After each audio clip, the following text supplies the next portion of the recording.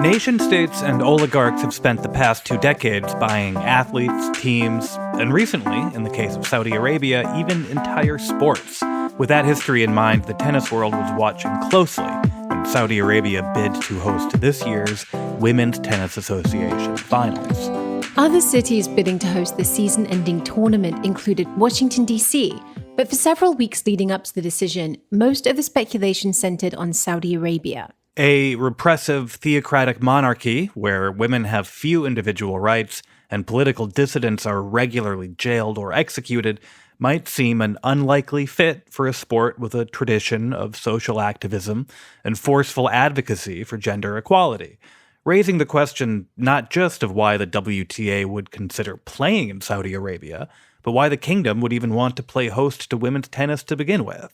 The WTA has made its decision for this year. It went with a less controversial location, Cancun. But that's a one-year deal, and some in tennis worry that a Saudi-hosted final is still a strong possibility for the future. The sport is notoriously strapped for cash, and Saudi Arabia is in the middle of a campaign to purchase entry into international sports at any price. Today on the show, we're asking what almost led women's tennis to Riyadh and how likely it is that they'll still end up there. I'm Alex Pareene. And I'm Laura Marsh. This is The Politics of Everything. One reason the Saudi bid for the WTA finals was so fraught is that earlier this year, the Saudi-backed Live Golf Tour merged with the Professional Golfers Association.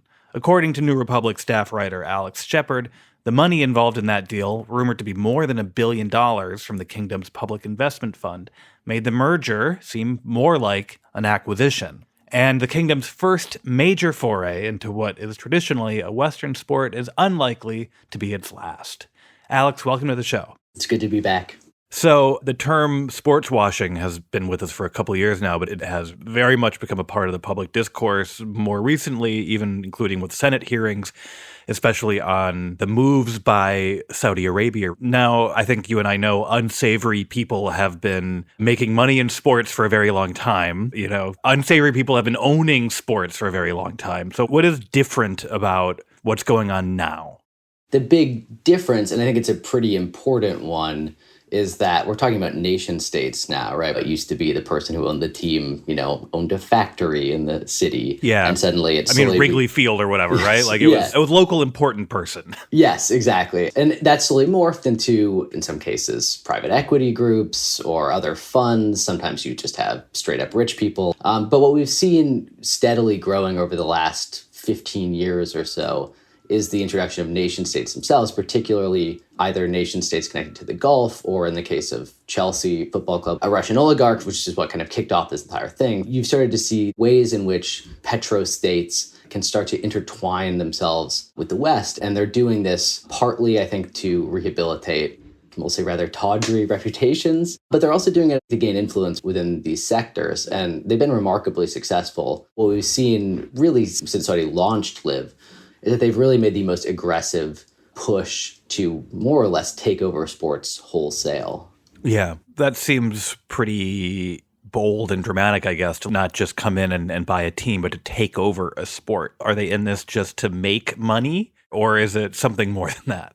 Well, I think it depends on who you talk to, but I think that the best way to understand it is to think about both of them simultaneously. So one is that Saudi Arabia is a country whose sole export is oil. Right. And oil is on the decline. So they've embarked on this multi-pronged strategy to diversify their economy. And one of the reasons why they want to do that is they want to have the level of influence that they have right now. So they looked at sports as an opportunity. And that is partly because sports themselves tend to be economically badly managed. With the PGA, for instance, a lot of golfers were upset that they were not making enough money. And Saudi created this kind of tatty, gaudy alternative, and it sucked and nobody liked it. But they were paying people so much money, essentially the PGA had no choice but to engage with them. I think also domestically, Mohammed bin Salman, the crown prince who runs the country, he is obsessed with the Arab Spring. And there's a population in that country that is, I think, 70% under the age of 35 right now. And there's real concern about what happens when you have a youth population that's that large. So part of this is a kind of bread and circuses campaign, right? Sports that they've largely targeted are ones that play into ideas of Saudi masculinity. Golf is an exception here, but when you look at what they're actually doing, it's, Formula One, it's fast cars, it's boxing and mixed martial arts, and it's also football, right? So these traditionally macho sports. Even professional wrestling too, right? Yeah, and wrestling as well, yeah. Yeah. Then there's another dimension as well, which is there's an effort, I think, partly to just rebrand Saudi Arabia as a place where you can go and have fun, like Dubai, but also particularly after the murder of Jamal Khashoggi and the fact that Saudi Arabia has overseen a brutal war in Yemen that has led to hundreds of thousands of deaths. This is also an effort to present a sort of kinder, gentler version of Saudi Arabia to the wider public. And that's what we call sports washing. It's this idea that you can get away with executing 100 people, as Saudi Arabia has this year. If people also have to say, well, it's too bad about the public executions, but I do really like watching Cristiano Ronaldo and Karim Benzema play soccer. Right. Especially the murder of Jamal Khashoggi is still fresh in the minds of people in this country. And there have been a lot of objections to what happened with the PGA. What are the concerns and what are the risks for sports leagues entering into these alliances, partnerships? Yeah, some of the concerns are also just, the PGA is a tax-protected entity, and it's seen as being part of the American cultural firmament. And I think that there's concern, particularly among Congress, about the entwinement of essentially an American cultural institution with a Saudi state whose relationship to the United States is quite shaky. There are economic concerns about what this will actually mean, because essentially the new entity is arguing that they should still be tax exempt, which is ridiculous. And then again, I think there's also larger concerns about what this will actually mean in a wider sense. If you think about Russia, that's actually an interesting way to look at this, right? That Russia had embarked upon a slightly similar campaign in which various oligarchs connected to Vladimir Putin had started to invest quite heavily in the West, the most famous of which was the owner, Roman Abramovich of Chelsea Football Club. He bought it in 2002. All of a sudden, one day, Russian tanks roll into the outskirts of Kyiv, and you have a very complicated economic situation. Now, this is truer in the UK than it was in the US. Right. But I think that the risks here are kind of twofold. One is just that there could be another Khashoggi murder, right? That could happen at any time. But I think from another perspective, what you're also seeing are cultural issues. These are sports leagues that have gotten more interested in social issues in a lot of ways. They've advocated more for diversity. There's been more public shows of support for LGBTQ people. One of the things that concerns me the most is that we're seeing a slow degradation of that. And I think it's useful here to just point to one thing, which is Jordan Henderson, who was the captain of my favorite soccer team, Liverpool Football Club, for many years. He was one of the people who really emphasized this idea that soccer should be inclusive. And this summer, Saudi Arabia backed a dump truck full of money in front of him, and he took it. And now has had to kind of go and say, actually, Saudi Arabia is really nice. They told us that there was slave labor in Qatar when we went there, but then I met some workers arranged by Qatar, and it was actually really nice. I think the lesson that a lot of people are going to take for this is, one day I may want to take that dump truck full of money from Saudi Arabia. And my advocacy on behalf of social justice will be a hindrance to that. Although the other argument is if you're someone who's talking about these issues, then you're also a very useful person to buy off. Exactly. And that automatically diminishes the kinds of human rights arguments that you hear. And that, I think, is really important. Now, Saudi Arabia has also tried to muddy the waters because all this is being done by the Sovereign Wealth Fund, which, when it's convenient for them, as when Saudi Arabia bought Newcastle United, they say, we've given legally binding assurances to the Premier League that the Sovereign Wealth Fund of Saudi Arabia is not connected to the state. Yeah. And it's interesting, too, because Senator Richard Blumenthal has been holding hearings on Saudi investment in sports. And the argument they have made there to not show up for these hearings, essentially, we are a sovereign foreign nation and you can't compel us to show up. But at the same time, we're also just like a normal business doing normal business things here. Yeah. And I think what you're seeing everywhere is that because there's a fire hose of money, nobody really cares, right? Yeah, of course. Yeah. Can I actually say one more thing, just because I think that there's an interesting wrinkle here? There's this guy, Malcolm, who's this Brazilian striker, and he was playing for Zenit St. Petersburg for a long time, and he's not good. He's he's better than I am, but he's not that good. And Saudi Arabia has largely been more opportunistic than strategic in how they've acquired players. They went to Zenit St. Petersburg and they said, we're going to give you 60 million euros for Malcolm. And you say, well, why would they do that? Well, Russia's economy is in the tank right now. Zenit St. Petersburg, by the way, is owned by Gazprom, the Russian energy company. Mm-hmm. And normally, if you have a situation like that and you want to help your friend out, you trade with them. But unfortunately, Saudi Arabia's only export is also Russia's only export as well, too, right? So what do? And I don't know how often it can work this way, but one way of looking at, the public investment fund is as a cash infusion to Russia, right? Yeah. And I think that that's one of the things that people are not thinking about with this kind of stuff. Yeah. It's not just laundering a reputation. It could literally just be laundering actual bills. Yeah. The other thing that I think that's really interesting is that the LIV PGA merger isn't just a story of greed, because there were people who held out and said, no, I don't want to go and play for LIV Golf. And those people were thoroughly screwed over. Well, I think that that's the lesson that everyone is taking. They're saying, well, if we don't get the money now, it might not show up later. And it's not going to be worth it. You're not going to get rewarded for taking a stand. Yeah, and I think as you saw with somebody like Rory McIlroy, right, one of the best golfers in the world, who not only held out, but spoke out quite aggressively against LIV and then ended up looking like a fool because he stood with the PGA. Do you think there's anything that could come out of the congressional hearings? I mean, I think it's going to be very interesting to see how Democrats and Congress play it. I think the cleanest way is to just block it on antitrust grounds. But I'm not particularly confident that that happens. And again, I think unbaking this stuff, as we've seen in soccer, is just really, really hard. I was actually just about to ask you about that, because the most significant government action against this has been when the UK forced the sale of Chelsea after the Russian invasion of Ukraine. I think that that's the sort of model here, but you're talking about one team, right? And there are basically still always people who want to buy teams. When you start talking about entire leagues, I think things get quite complicated. There's not going to be someone who's going to step in and with the amount of money to be like, I'm going to take over this sport. Well, I also wonder if the lesson from Chelsea for authoritarian governments who want to invest in sports is you better do it on an epic scale. Yeah. Where it's very hard for the government to force the sale of all of your assets, because forcing the sale of one team is doable. It's actually still a huge deal, but it's doable. Forcing the sale of the number of things or divestment of the number of things Saudi Arabia is in right now would be a complete overturning of American sports. Yeah, and I think you get into another situation where the human rights element, as much as we talk about sports washing, it doesn't factor in enormously. And I think you could easily see yourself in a situation, unless we're flying fighter jets over Riyadh or something, in which Saudi Arabia could commit any number of unpardonable human rights violations, and a bunch of golfers will still say, well, I have no choice. What else am I going to do? There's no other place for me to go. Alex, thank you so much for talking to us today. Good to see you again. Thank you. Read Alex Shepard's article, Saudi Arabia's Dizzying Scheme to Devour the Sports World, on newrepublic.com. After the break, we'll talk about how the prospect of Saudi money has roiled professional tennis. Cambridge University Press presents Hijacked, how neoliberalism turned the work ethic against workers and how workers can take it back. This sweeping history of classical economics shows how the work ethic has been used both to oppress workers and to liberate them. The New Yorker described the author, Elizabeth Anderson, as a champion of the view that equality and freedom are mutually dependent. Anderson may be the philosopher best suited to this awkward moment in American life.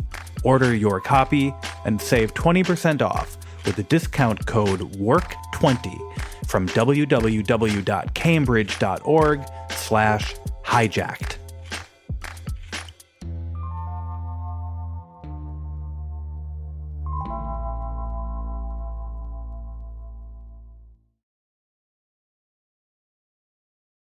This fall, and for the next 4 years, the Association of Tennis Professionals, or ATP, will play its big money next-gen finals in Jeddah. And during the US Open, the Women's Tennis Association revealed that one of its bidders for its year-end tournament was Riyadh.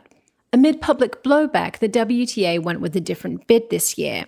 John Wertheim, executive editor of Sports Illustrated, has written extensively about the negotiations with Saudi Arabia, as well as the complex economics of professional tennis. John, welcome to the show. Thank you. Good to be here. So the Next Gen Finals is a high-profile event on the men's tour. And I just want to talk about why it would be held in Saudi Arabia. Is there a large audience for tennis?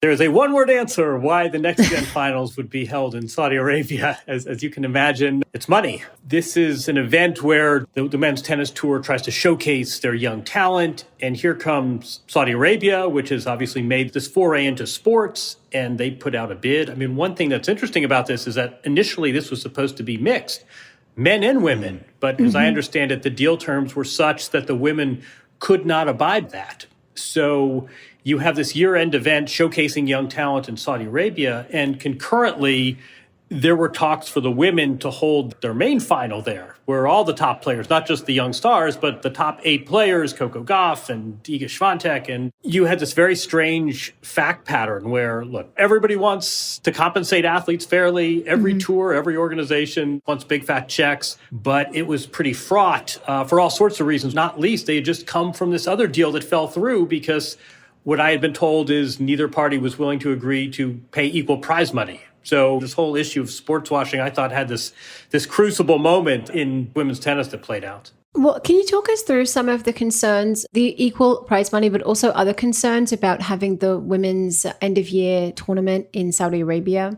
Yeah, I mean, I think everyone that does business in Saudi Arabia, but I think sports in particular have had to do this calculus and how much do some of the concerns over human rights and criminalizing homosexuality and some of the reasons that have given pause in the past, how much does that matter? And I think women's tennis was really interesting because, first of all, this was a tour that had held their last final event in China. And you will remember perhaps 2 years ago, there was a player who had allegations against a high-ranking official in the CCP, and women's tennis essentially said, we cannot do business here. Our values are not aligned with this country. We're out. And this came at a huge economic cost. So they had left China on these ethical grounds, and then they were going to park their event in Saudi Arabia 2 years later. I mean, that seems really inconsistent, right? You've written about this a bit, and one could imagine they're actually regretting taking that principled stand against China and try to step away from it because it did cost them a lot. I don't think there's ethical regret. I think women's tennis thought we're going to have a lot of support. Then they did a victory lap on global affairs shows, but this really blew holes in the balance sheets. I mean, I'm told that their revenues were down about 30% because of this decision. And I think they basically said, we need to right this ship and hold our nose and essentially put ourselves out to the highest bidder, lesson learned. I wanted to step back a bit and just ask a really basic question, especially if you don't follow tennis. These deals are about money. Why does tennis need the money? How do tennis players get paid? Tennis players get paid 2 ways, in prize money and endorsements. The real issue here is that the tour, the WTA, the governing body, they get the bulk of their revenues from this year-end event. So, right, Coco Gauff plays the U.S. Open. She makes millions and millions of dollars. It's a great story. She gets these endorsements. The U.S. Open makes all this money. There's suites and television contracts and tickets. The Women's Tennis Association, the league, basically, in which Coco Gauff plays, they don't necessarily make great revenue from these big-ticket events. They make the bulk of their revenue from this year-end event. The interesting thing about this event, though, is the players would have to go there. Were there any assurances made to the women players, for instance, about dress or their conduct in Saudi Arabia? And I'm also wondering if you could talk about some of the concerns about players who are queer or would be concerned about the treatment of gay people in their country. That's a great question because all of this happened fast. I mean, this event is going to happen in about 6 weeks. Right. And it was only announced 1 week ago. So basically, I think a lot of the players and a lot of the agents and a lot of some of the behind the scenes people said, listen, we're not necessarily putting a blanket ban on Saudi Arabia, but we need to ask a lot of questions. We need to see the site. We need to know about attire. I mean, there was a professional wrestling event where the women weren't allowed to wear their usual costumes. There are queer players on the WTA tour, and some of them have already been very outspoken, saying I wouldn't feel comfortable there. The other thing that's interesting, I was in Saudi Arabia for a sports washing story for 60 Minutes, maybe 9 months ago or so, and I went to one tennis event, and I mean, I've seen high school tennis matches played before bigger crowds. So part of this, too, is do you want to go halfway across the world? You don't know what you're getting. You don't know how accepted you'll be. A lot of these players fashion sort of social activism as part of their brand. Does it undercut that? if suddenly they're taking this money, and they also don't even know if they're going to be fans in the stands. Right. So I think that the Women's Tennis Tour essentially said, we need to really hit the pause button, answer some of these exact questions that you're raising, and I anticipate they will be playing there in 2024. I'm just sort of wondering from the Saudi side, like what they get out of it if it's not something where tennis has a huge following there. Why do they want this tournament there? This isn't about media rights deals and selling tickets and the usual reasons why people invest in sports, at least in the United States. What's going on in Saudi Arabia is something altogether different. You know, it's this Vision 2030 where Saudi Arabia wants to rebrand itself, and having Coco Gauff come in Saudi Arabia and pose with high-ranking officials and eating local cuisine and all the sort of Instagram, sort of everything you get with an endorsement. I think that's really what's driving this. It's not because there's this burning desire for Saudis to watch high-level tennis, the same way it's not necessarily why they're having heavyweight boxing fights or WWE events or Formula One races either. This is something much bigger than just fans want to watch athletes. The men's tour has been much less wary of going there. What's the calculation on their side? How is it different? It's a really good question. Why isn't there this blowback when the men have gone to Saudi Arabia? And I think that's a fair point. I mean, in theory, a country where people are being oppressed, that ought to bother everyone. I do think that with women's tennis, this whole tour, since its inception, was founded on these concepts of social justice. And Billie Jean King, she turns 80 years old in a few weeks, but she's still very much the figurehead. I'm not sure it's a double standard. I think it's a different standard just because social justice and equity and diversity and equal prize money is so part and parcel with women's tennis. Yeah, you can see even the ads for the U.S. Open here celebrate 50 years of equal prize money, right? So we went through this debate when the WTA was making the decision, and that's been resolved now. But looking ahead, there's a summit coming up at the end of this month between the ATP and WTA about possibly merging their tours. How do you see that playing out in the next few months? I think everyone's looking at golf and what happened there and saying that's what we don't want to happen. And I think that the fear is that if tennis doesn't have this unified front, the Saudis are just going to say, you know what, we're just going to do what we did with golf. Instead of asking for one tournament, we're just going to buy out the whole tour. How do you see the concerns of the two different sides being weighed, though? The ATP has more muscle, right? The men do earn more money. Is there a danger that the WTA's concerns get pushed off to the side in this process? Yeah, I think that's a real concern. And I've talked to a lot of people who said, look, the men aren't about equal prize money. The men don't see this as 50-50 partnership. They didn't stand by the women when the women took the stance on China. The men were happy to continue going to China. And I think that that's something that concerns a lot of the women. Also, you mentioned what happened in golf. Are there any differences between the structures of those leagues, tennis versus golf, that might give tennis more of a protection, or is it a really similar situation with similar vulnerabilities? Yeah, I'd say similar, not identical. I mean, one thing you don't have in golf is this overlay of men and women, right? You go to the U.S. Open and the men and the women, they play together. You know, Coco Gauff finishes her match and on comes Djokovic, and you have all these combined events and you have fans who are fans of both. The other thing is that tennis is so much more global than golf. If you're living in Western Europe, as most of the top tennis players do, Riyadh is actually closer than coming to the United States, much less going to Asia. I think tennis as a more global sport, and also tennis as a sport where men and women really intersect, I think that makes it different. But, you know, that can be as much a curse as a blessing. John, thank you so much for coming on the show. Oh, pleasure. Thanks. John Wertheim is a correspondent for 60 Minutes and an analyst for the Tennis Channel. You can read his writing on tennis at si.com. After the break, we'll discuss the particular financial pressures facing the women's game and possible paths forward. Are you ready to feel your best while making the most out of your summer adventures? I want to tell you about Factor, America's #1 ready-to-eat meal kit.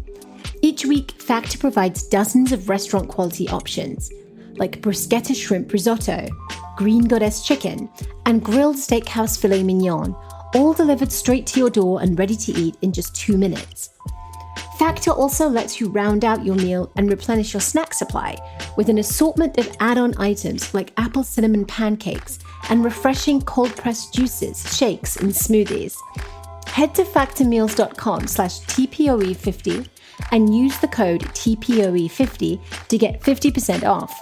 That's code TPOE50 at factormeals.com/TPOE50 to get 50% off.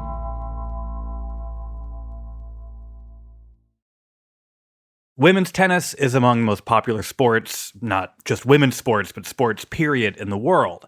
So the idea of a professional league at that level essentially needing to beg for money and sponsors is a bit perplexing. But the sport's dalliance with Saudi Arabia is not the first time in recent memory that the Women's Tennis Association has confronted a similar ethical dilemma. In 2021, the WTA suspended events in China over concerns for the safety of a player who had accused a high-ranking government official of sexual abuse.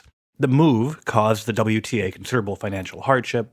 Some now attribute the WTA's interest in a Saudi event to the money problems caused by that decision. Caitlin Thompson is the publisher of Racket magazine, which recently argued that tennis is unlikely to resist the Saudi kingdom's involvement in the sport, but it should. Caitlin, welcome to the show. Thanks for having me. So to back up a bunch, part of the background here is the WTA having financial trouble or needing money in part because of what happened with China a little while back. Yeah, you're correct in categorizing the WTA as being in a tricky position financially. Not only because of what recently happened in China. Even before that, the women's tennis tour has been in a bit of a precarious financial situation. When I was growing up, the tour had title sponsors. Those listeners who might remember the first couple of decades of the Women's Tennis Association, the Women's Tour, which celebrated 50 years of existence this year, was originally the Virginia Slims Tour. So there have been always a lot of brand dollars associated with title sponsorship of the Women's Tennis Tour, and that hasn't existed really since the disappearance of the Sony Ericsson brand partnership, which happened more than 10 years ago. They've now signed a deal with Hologic, which is like a sports data health tech company, but really the money problems have gone far beyond just sponsorships. Right. And seen in that light, it makes it both more understandable, but also more striking that they would be considering taking money from Saudi Arabia in terms of guarantees for player security and safety and the sort of ramifications of what it means to be involved with repressive foreign governments. It seems like there should be even more heightened awareness around it. You know, it's interesting. There is heightened awareness, certainly, of the safety and sort of bodily autonomy of a lot of these players. But also there is, even from within their own organization, a lot of dissension about the opportunity to earn money. Some of them have been very vocal and outspoken about not feeling safe traveling to certain countries. And some of them have basically just said, I'm here to make money. And it's unfortunate because I think it misses some context when you frame it as, should we be safe or should we be paid? I think that's an oversimplification that actually isn't necessarily at odds. But I do think that's the leadership of the WTA is in a bit of a tough spot because they don't have a unified player voice that is in agreement about what it should do. Yeah, and I can totally sympathize with and understand the player point of view that effectively, like, if the men can go take this money and it's no big deal, why is it such an issue for us? That makes perfect sense. I think unless you're a really sort of outspoken and educated player, and keep in mind, and this is not a denigration at all, but like most professional athletes are not necessarily schooled in the art of political protest. They've been doing it since they were young. They've been doing sports since they were young. Yeah. Correct. And that doesn't necessarily lend itself to being like a sophisticated understanding of geopolitics, basically. Correct. And especially if you add in the context, especially on the women's side, although it's affecting both tours, of, you know, the current sort of boycott of Russian and Belarusian tournaments and the participation of Russian and Belarusian athletes at certain tournaments and in certain contexts. So it's this sort of really complex geopolitical conversation because there are players from almost every country, certainly every superpower, with a lot of very different stakes. Yeah. I understand the complexity of debating it in the abstract as kind of a social justice issue. But the incident with Peng Shuai illustrated that this isn't an abstract or broad political discussion. It raised the possibility that top players themselves could actually be in danger. And I think one of the main concerns, right, about going to Saudi Arabia is this is a country where women have very limited rights. How do you square that with sending some of the most successful female athletes in the world to that country? And can you guarantee the safety of those people and the teams around them? Yeah, I mean, it's a valid question. And to be clear, they have not yet agreed to take Saudi money or create events in Saudi Arabia. It should be said. They had a huge opportunity, and it was rumored to be happening during the US Open. And there was a lot of dust up. There was a lot of back channeling. I spoke to several players, several people I know on governing body organizational committees who were all talking about how this almost happened and how that means it could happen in the future, but it didn't. And I think a lot of the reason it didn't happen is, and they announced that the WTA Tour Finals would be in Cancun this year, is because there was a backlash to the notion of going to Saudi Arabia among stakeholders, among audience members, among players themselves. And so I think it should be noted that even though this is very much up for consideration, as are a number of things, they had the chance and they didn't take it, at least not yet. I think one of the things that I can share in terms of insight that is driving a lot of this conversation is the idea of equal pay. I think the tours don't generate an equal amount of revenue. Part of that has to do with, the traditional subjugation of women's sports, the way that, the rights are negotiated, the way that the title sponsorships are negotiated. But because they've made this commitment, and by they, I mean most of the tennis ecosystem and tournaments have made a commitment to equal pay, despite not generating equal revenue, a lot of the new investment and a lot of the ability to generate new dollars has gone into paying players equally as opposed to investing in things that could ultimately make the league more valuable. So it's an optics versus investment kind of strategy that I think, again, is very short-sighted, and there's not been a tremendous amount of outside thinking or outside innovation. And you have a lot of cases where people are motivated only in the short term. Is anyone talking about other potential routes forward? Because it seems simple to frame this as like, we either take the money from Saudi Arabia or we're under threat. And I think that argument's really useful for someone who's in the position of making that decision, right? Because it's like, our hands are tied. We've got to do it. Look what's happening everywhere else. Like, look at what happened with Live Golf. They just took it out from under the PGA. We just have to do this. Are there any other options? I know, for instance, there were several other bids on the WTA finals this year, which were not that different in terms of money from the Saudi one.